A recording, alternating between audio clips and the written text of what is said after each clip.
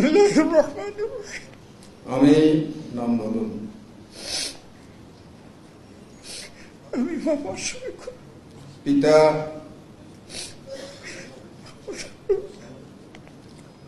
যাকে বাংলাদেশ জামাত ইসলামীর যাকে বাংলাদেশ জামাত ইসলামী আমির নির্বাচিত করা হইয়াছে,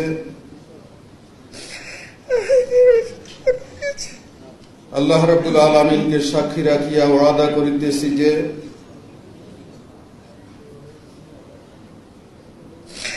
আল্লাহ রাব্বুল আলামিনকে সাক্ষী রেখে ওয়াদা করিতেছি যে আমি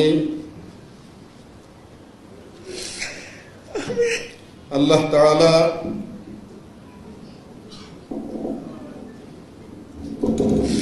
আল্লাহ তাআলা ও তাহার রাসূল সাল্লাল্লাহু আলাইহি সাল্লামের আদেশ পালন ও তাহার রাসূল সাল্লাল্লাহু আলাইহি সাল্লামের আদেশ পালন ও আনুগত্যকে